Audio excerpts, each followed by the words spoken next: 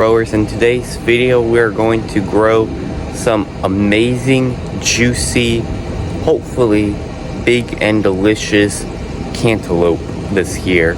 So you know how to grow those.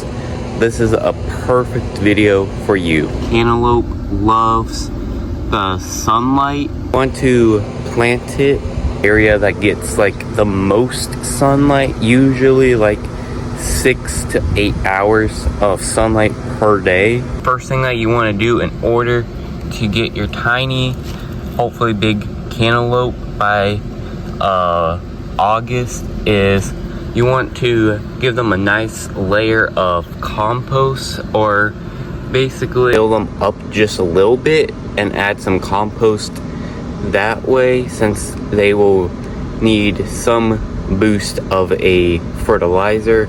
So if you just apply a little bit of compost, they'll be nice. Either plant them about 3 to 4 weeks earlier indoors, or if it's above 70, you can just direct plant them in the ground that way.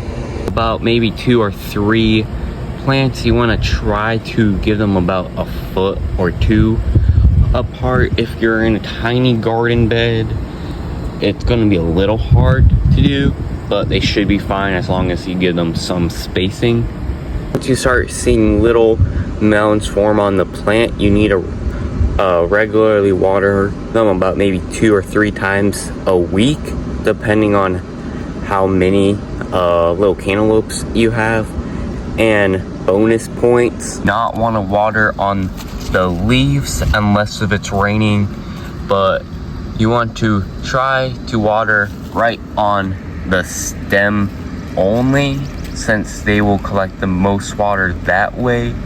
So just try to water on the base. The reason why you want to try to avoid watering the leaves is in case of like a disease, or if the leaves start to rot. So just avoid that by just watering simply on the base of the plant. If it's extremely hot outside, you want to water it like 1 or 2 times a day in that week if it's hot.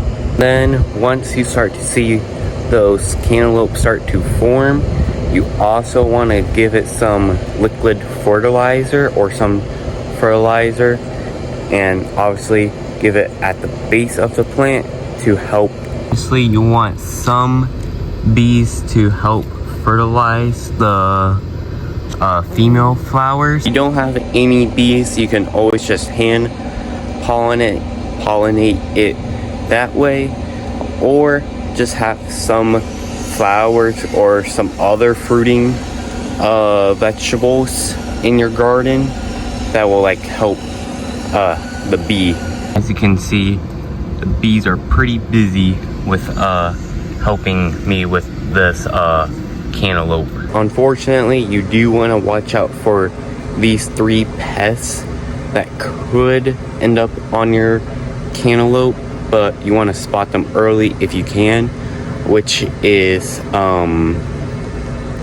squash beetles and aphids and mildew, or the other 2 pesticides. If you are dealing with squash beetles or the other pesticide, the powder mildew, you can always just do soapy water, and that will easily kill those bugs.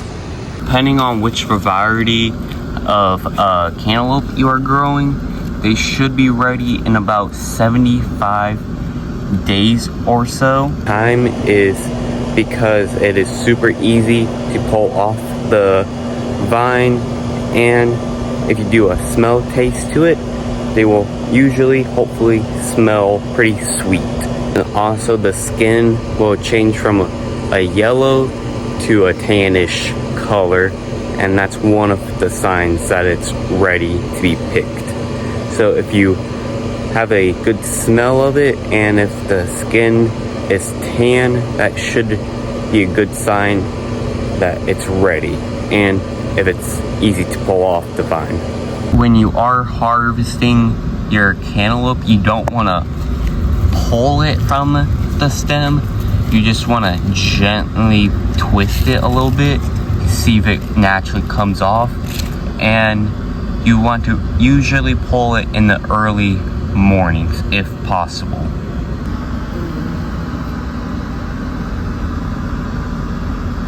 But pretty much if you're unsure which is a cantaloupe and which is not a cantaloupe, you can tell by identifying the flowers. Males will usually look like this without any fruit attached to it at all.